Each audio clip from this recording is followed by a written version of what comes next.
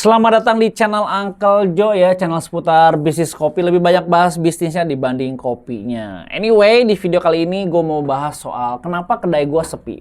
Belakangan ini gue banyak yang nanya begitu, Uncle, gue kenapa ya kedai gue sepi? Awalnya rame gitu ya, banyak pengunjung, tapi masuk bulan kedua, ketiga sepi gitu, Uncle ya. Lalu ada juga yang nanya, kenapa gak rame tempat gua, padahal gua kopinya udah enak gitu ya, atau udah sediain wifi tapi nggak rame.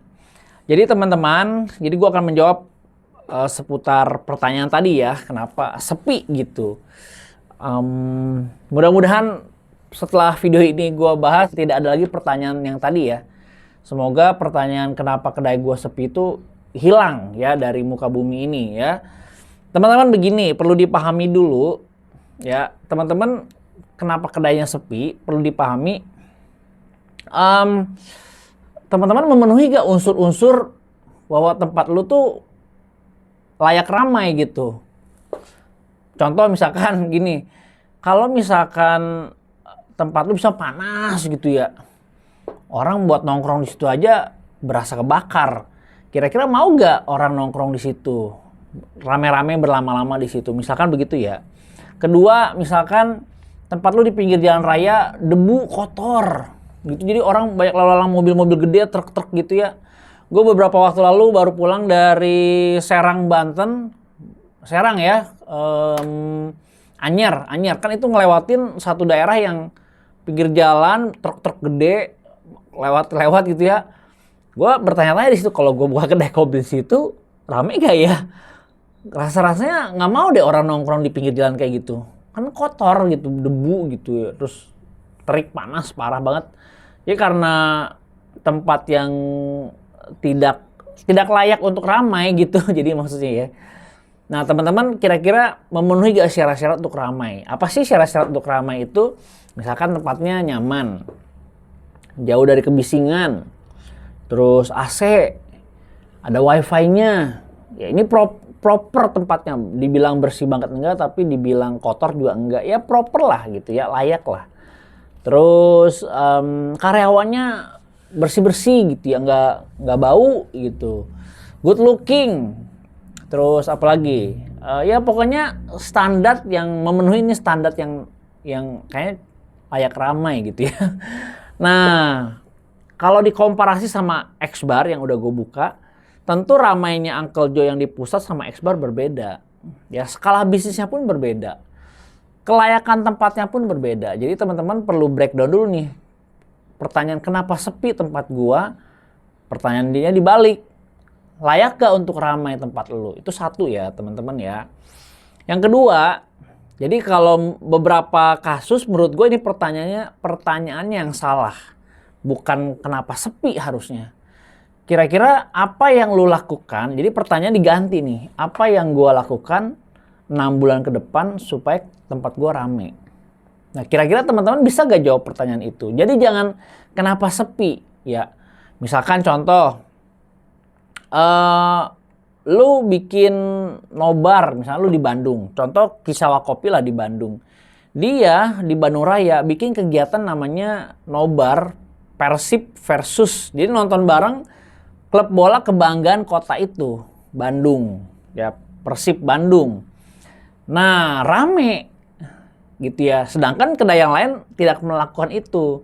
Lebih rame Kisawa Kopi, yang lain sepi. Kenapa? Karena Kisawa melakukan satu kegiatan yang mengundang keramaian. Jadi teman-teman jangan pernah bertanya kenapa tempat gua nggak rame atau tempat gua sepi gitu ya.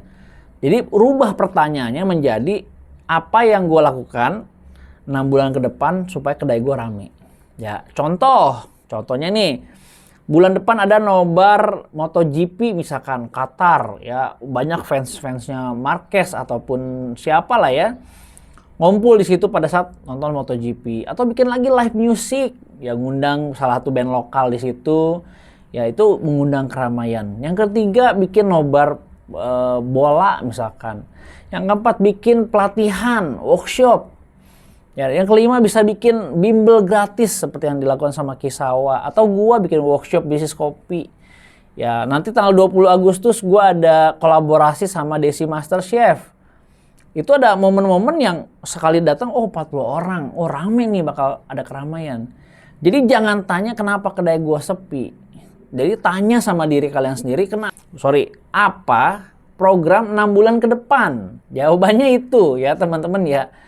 Jadi kenapa kedai lu sepi? Ya tanya balik, kira-kira program lu ada gak 6 bulan ke depan? Kan kopi gua enak, Uncle. Iya, gua tahu kopi lu enak. Pertanyaan gue satu, lu ada kegiatan apa 6 bulan ke depan? Lu ada aktivitas apa kedai kopi lu yang mengundang keramaian? Ya, kalau pusing-pusing ya taruh buaya kek gitu ya. Jadi kasih makan buaya. Gitu, beli kopi dapat 1 potong ayam buat ngasih makan buaya. Gitu ya teman-teman ya. Jadi rubah pertanyaannya, bukan kenapa kedai gue sepi, tapi gue mau bikin apa nih bulan depan? Gitu aja pertanyaannya. Kalau gue jelas, dari kegiatan-kegiatan yang ada, di tengah-tengahnya ada promo bayar suka-suka. Ada promo buy one get one. Ada promo 1 harga. Jadi promo itu tidak sering, tapi di antara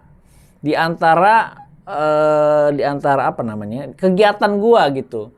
Kalau kedai kopi, buka kedai kopi, jualan kopi, terus ada di Gojek, ada di GoFood, itu standar lah, itu bukan suatu effort lah kalau menurut gua.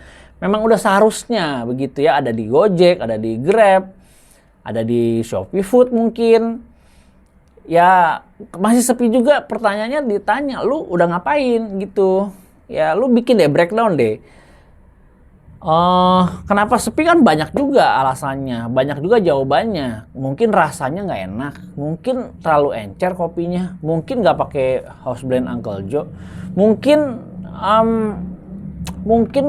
kotor barnya gitu ya, mungkin panas AC-nya nggak proper, mungkin juga bau gitu. Lu nggak ada kontrak sama perusahaan hama misalkan.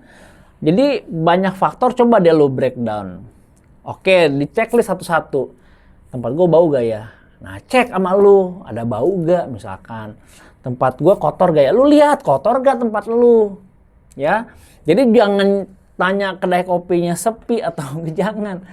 Kedai kopi sepi memang udah seharusnya sepi. Sama seperti manusia, kalau nggak ngapa-ngapain pasti miskin. Itu mah udah fix ya. Kita manusia nggak ngapa-ngapain pasti miskin. Kalau mau kaya harus ada effort, ada sesuatu yang lu kerjakan. Nah sama, mau kedai lu rame, lu mesti ada sesuatu yang lu kerjakan. Apa kerjaan-kerjaan yang mendatangkan keramaian? Contohnya misalkan bikin konten. Setiap hari lu ngonten. Lu lakukan itu atau enggak? Ya gue melakukan itu tiap hari ada konten. Ya bikin Reels, bikin TikTok, bikin YouTube. Banyak yang gue lakukan untuk mendatangkan keramaian. Awal-awal gue jadi tour guide gratis, kagak dibayar. Itu gue lakukan supaya apa? Kedai gue rame. Gitu teman-teman. Ya, jadi jangan tanya kenapa kedai gue sepi. Tanyain sama diri lu sendiri di depan cermin. Lu udah ngapain buat kedai lu gitu. Sama kayak gue udah ngapain buat Uncle Joe. Tiap hari gue ngonten. Gue gak suka misalkan joget-joget di TikTok, tapi ada sedikit yang konyol-konyol. Ya udahlah, lu lakukan gak itu? Ya teman-teman, semangat nih teman-teman, gue semangat nih. Ya, terus kira-kira lu ada promo apa? Akhir bulan ini mau ngapain? Bulan Juli ini masuk bulan Juli nih. Lu mau ngapain akhir bulan Juli? Oh, kalau gue ada workshop tanggal 30-31. Seminggu sebelum workshopnya gue ada promo bayar suka-suka. Ya kan? Banyak hal yang bisa lu lakukan. Bikin story tiap hari. Bikin edukasi, bedah sesuatu.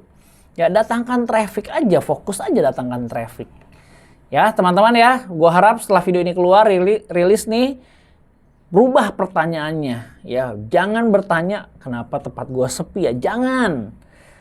Ganti pertanyaannya, 6 bulan ke depan gue ngapain? Coba lu breakdown dah. Bulan Juli ngapain, bulan Agustus, September, Oktober, sampai Desember nih.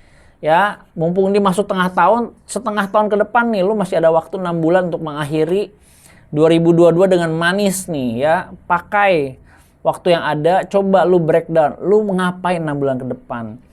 Bisa juga bikin thrifting, barang bekas. Boleh dong bikin thrifting di kedai kopi, kenapa enggak? Lakukan aja, yang penting meramaikan. Ya bikin paket-paketnya nanti, misalkan orang datang, beli thrifting, gratis kopi Uncle misalkan. Jadi teman-teman sekreatif mungkin untuk bikin satu kegiatan yang meramaikan. bedah buku ya. Gue sebagai penutup ya di video ini, gue ada satu kasus Coffee and Ring ya. Harmony Coffee and Ring. Jujur gue tidak tahu seramai apa dia sekarang karena gue tidak ada di dalam grup itu juga. Tapi kan kedai yang gue develop si Harmony Coffee. Secara look, ruko 3 lantai dengan desain seperti itu menurut gue cukup kuno ya. Maaf nih Om Andi, bukan selera gue. Tapi di sana kan juga seleranya si yang tinggal di sana, pemilik kedai kopi Harmony kan lebih tahu dibanding gua.